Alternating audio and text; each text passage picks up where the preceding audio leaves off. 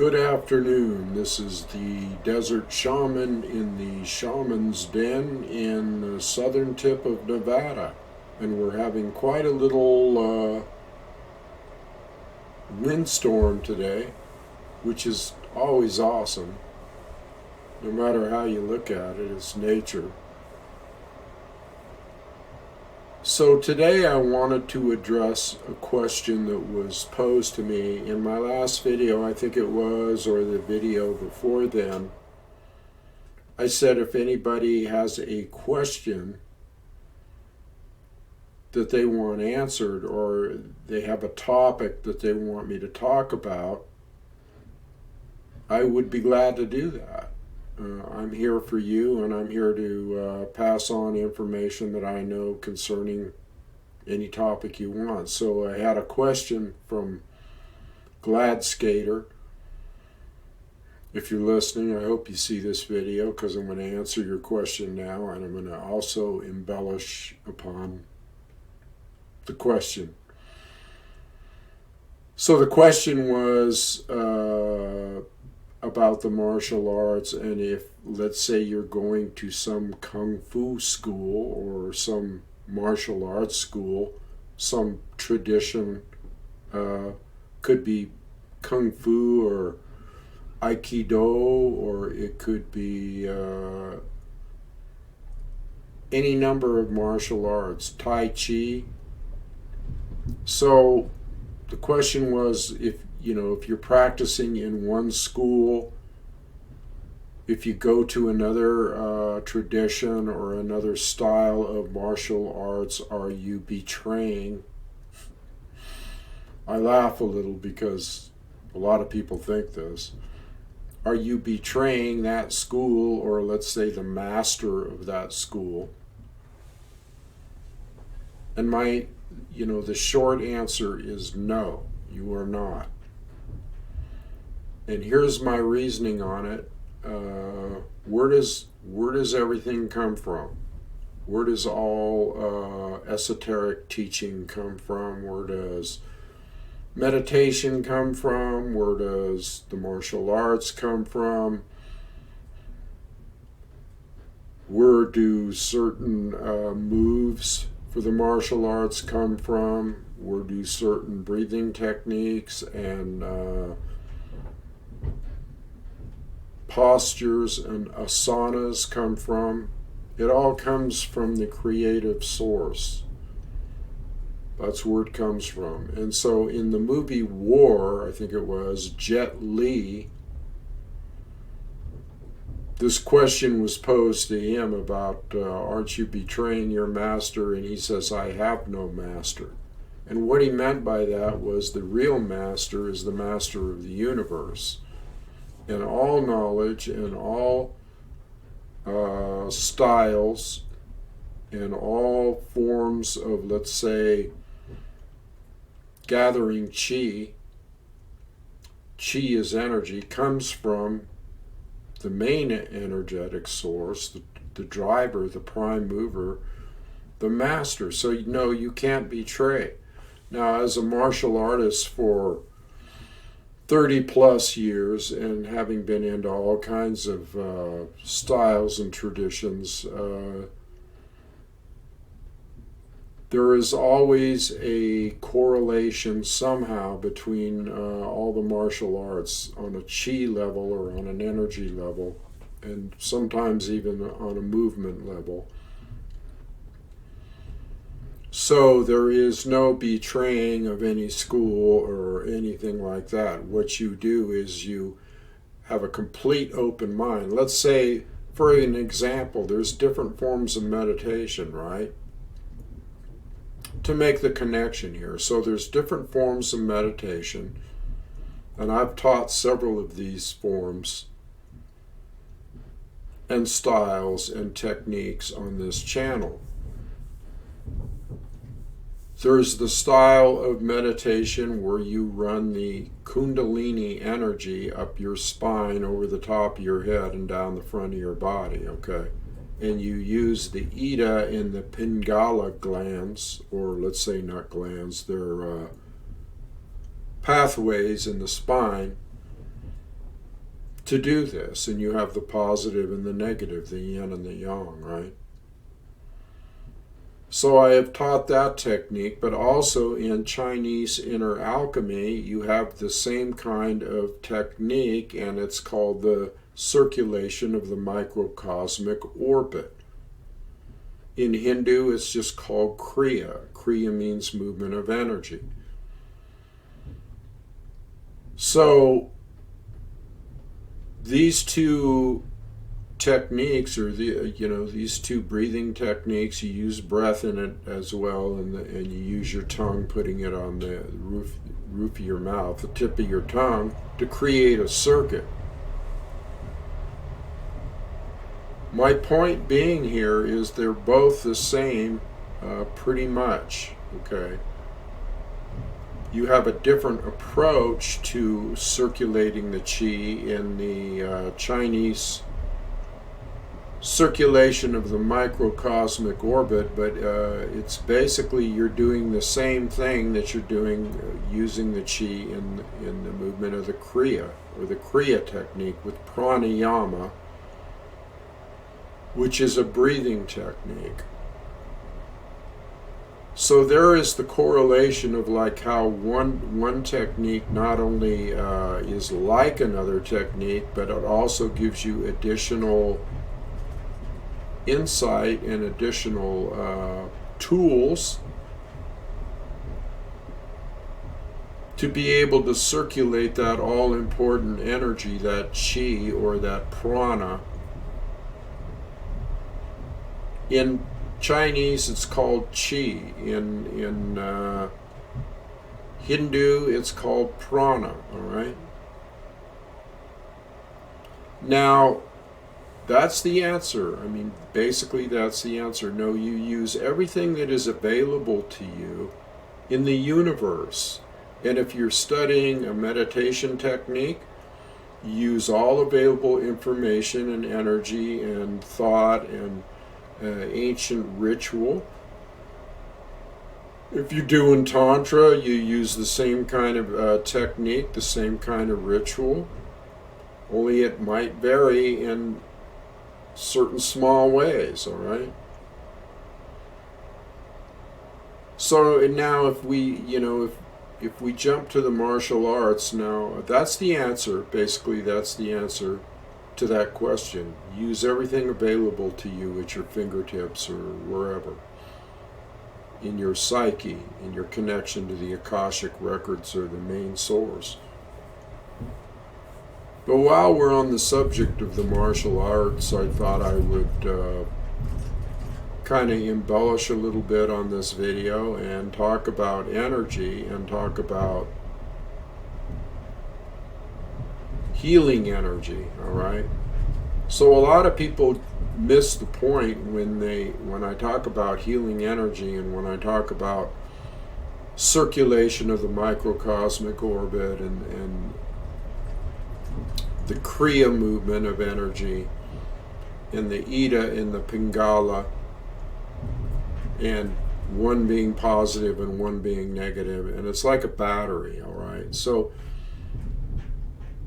you can have magnificent results in self-healing, all right, if you understand the concept of the martial arts and meditation and all that stuff.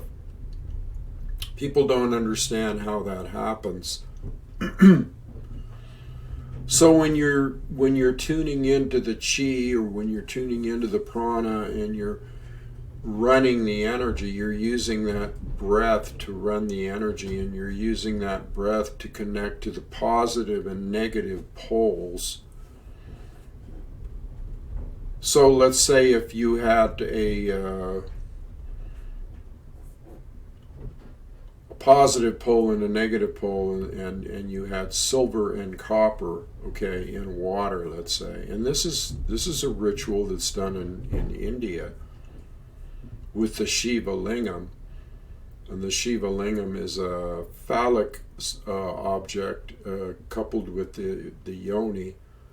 So you have the male and female. They use that. Sometimes they pour water over it and it's in a bowl, or they have a bowl, or they wash their hands in it, and as they're making their homage to, or their offering to the deities Shiva and Shakti. They're putting their hands in. Some people have found that in the ancient temples there was silver and copper and other minerals in a bowl-shaped thing with the Shiva lingam over the top, and then they would pour water and that would go down into the bowl. And if you put your hands in there, it was like electromagnetic energy, a healing energy. It's a certain ritual. So if you want to take that and project that thought into the martial arts or meditation or that type of thing, you are tuning into that energy in the universe when you learn certain techniques that I have taught on this channel, like pranayama and kriya breathing and different forms of moving the energy. And people just think, oh, that's energy. They don't get the drift that it's a lot more than energy. It is electromagnetic energy in a way, in the sense of like a battery, or in a sense of having silver and copper in water, or anything of that nature. Your body is made up of probably 99% water, 95, maybe 90, I'm not sure on that figure, but the majority of your body is water. And so if you work on the same concept of having the copper and silver, it's always good to have copper or silver around too. There's nothing wrong with that. Some bracelets that yogis wear are entwined with copper and silver and gold, for that matter. But the concept is that you're getting a battery type positive and negative flow going within your body, okay? So when you do the breathing techniques that I've taught, you can refer back to my videos. Search for it. It's called kriya breathing, and there's a lot of stuff on meditation.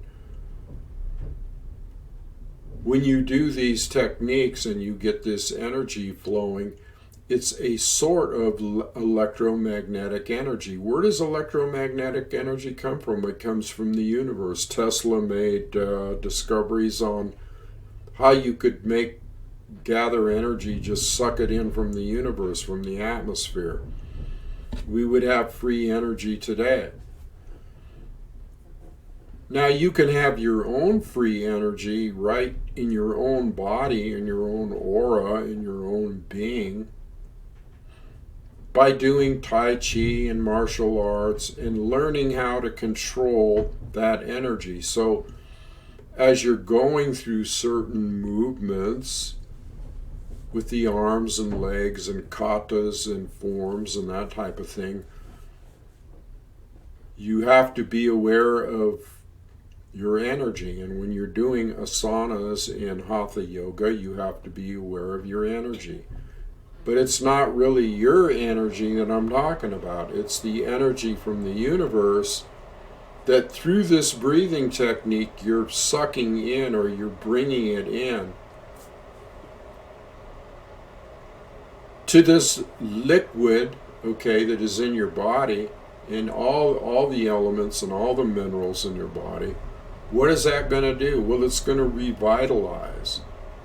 It's going to youth. It's going to make you younger. It's going to make you more agile, more flexible. Okay?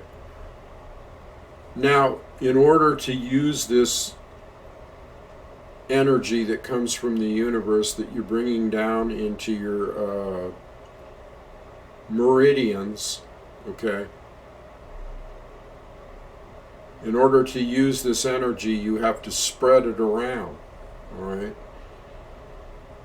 Now, if you look at the body as an acupuncturist would, or a Chinese doctor, you would understand, okay, that you're physical body is here and it's present, but in an overlay,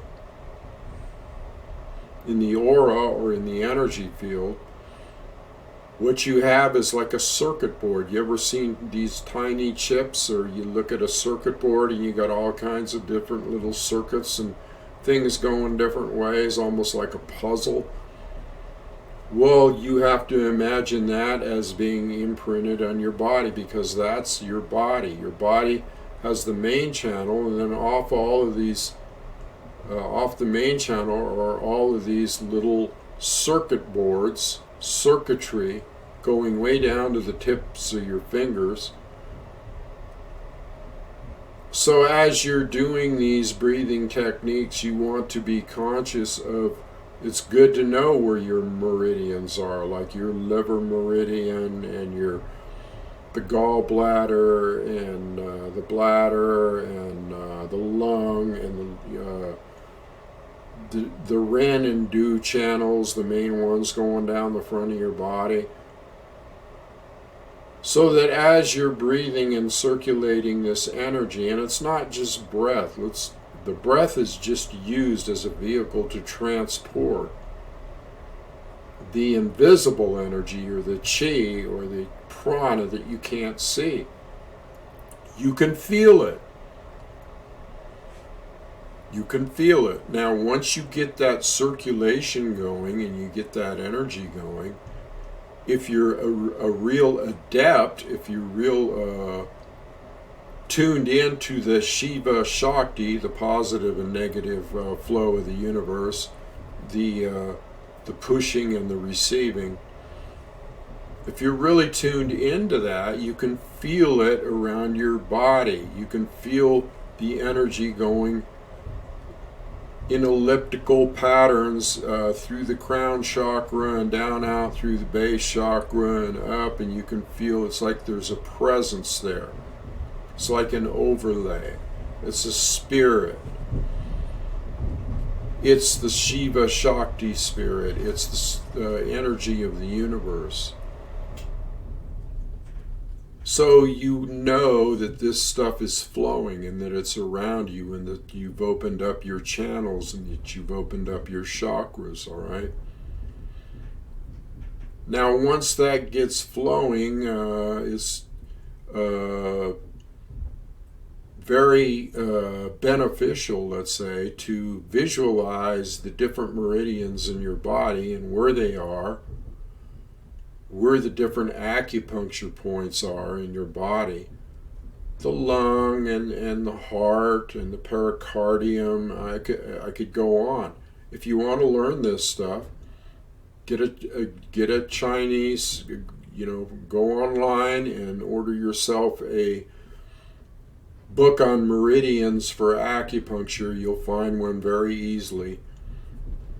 And memorize where the points are, visualize them, feel them, know where they are in the legs and in the fingers and in the feet. You got them in your ears, you got them in the palms of your hands. That's why reflexology works, massaging certain points in the palm of your hand. So this chi, or this electromagnetic energy, it's an electromagnetic type of healing. I'm going to put it on that level because some scientists and supposed doctors use this technique, electromagnetic healing. But why go to another person when it's all self-contained right in the universe and in you and in your aura? So once you know where this circuit board is, you can not only circulate this energy in the microcosmic orbit up and down, but you can also spread it around. You can also visualize it going into the circuit board of your body, and then that connecting with water, okay? Then you've got this electromagnetic energy flowing and nourishing and invigorating and opening up energy centers. And that sends all this energy to all your organs and everything, your whole physical human organism. So once you get that going and you practice that every day, it has a very healing effect. There isn't anything that the universe can't do, okay, if you open up to it and if you know it, okay? And the way to know it is you feel it, okay? Feeling is knowing. Once you feel that energy flow, you know it, baby. Your crown chakra pops open and all kinds of good shit happens. So don't doubt it for a minute, because I experience it at will every day. And you can take that to the bank. You can believe that. And not just me, but other people that have mastered certain things in shamanism and in the path of the yogi and that type of thing, all right? So this is something that you know that you can use to make you feel better, to raise your consciousness. That's why I'm always preaching about raising your consciousness. And it also gives you a chance to learn more about how this energy works. Now, if you have any doubt, let me go one step further here about this. Let me explain how you were formed in the womb, in your mother's womb. You start off as a seed, and pretty much you go through stages, right, of growth. And in these stages of growth, what forms first? Well, the thing that forms first is an energy pattern. It's a blueprint. It's an energy pattern, and it's these same circuit boards that I was talking about. It's the same circuitry, okay? The circuitry forms real small, and then it starts bringing in energy from the universe, right? You get this energy coming in through the umbilical cord and through the mother and through her meridian system, and all this energy and food, and it's starting to come in there and it's starting to form. But this energy comes from the universe, and it actually forms what we call a baby, or, you know, a person eventually. So that's what your body is, and that's how it's formed. So if you look at a skeletal structure, when you study acupuncture or acupressure, then you realize that there's notches, okay? There's notches in certain bones and certain areas of your body. There's little notches, all right? Your fingers, your hands, your arms, you know, the ulna, the skull, the collarbone, the spine, the ribs, you know, all these bones have notches in them. Guess what? Guess what those notches are? Those notches are where that first zapping laser-like energy came down and was forming your physical being. And so these notches are the very same notches that the acupuncturists find when they needle you. If you know where the acupuncture point is, you feel around there and you can actually feel a notch in your bone, or an opening, or there's different ways that it is expressed. So that's about it. That's about the whole ball of wax that I wanted to talk about today. Just a short video, an answer to a question. But it's a good example of how I can take a question and answer it and embellish upon it to the nth degree. all right, and include a related subject. So again, if you, and to the person that asked for this video, I'd always appreciate a donation. Maybe that's the better way to do it rather than giving a reading. Once I do a video for you, if you feel the urge, you can make a donation at spiritofcrazyhorse.com. Hit the donate button, and there you go, whatever you feel it's worth to you. And I will do this for anybody that asks me to talk about a topic or embellish upon a topic that I'm familiar with, especially on a spiritual level or a shamanistic level or a martial arts level or a yogic level or a meditation level or a consciousness raising level. Need I go on? So anyway, I'm going to leave it there today, and that's your answer to Glad Skater asked that answer, and asked that question, and there's your answer plus more. So I'll leave it there. I'll keep it short and just say namaste, peace unto you.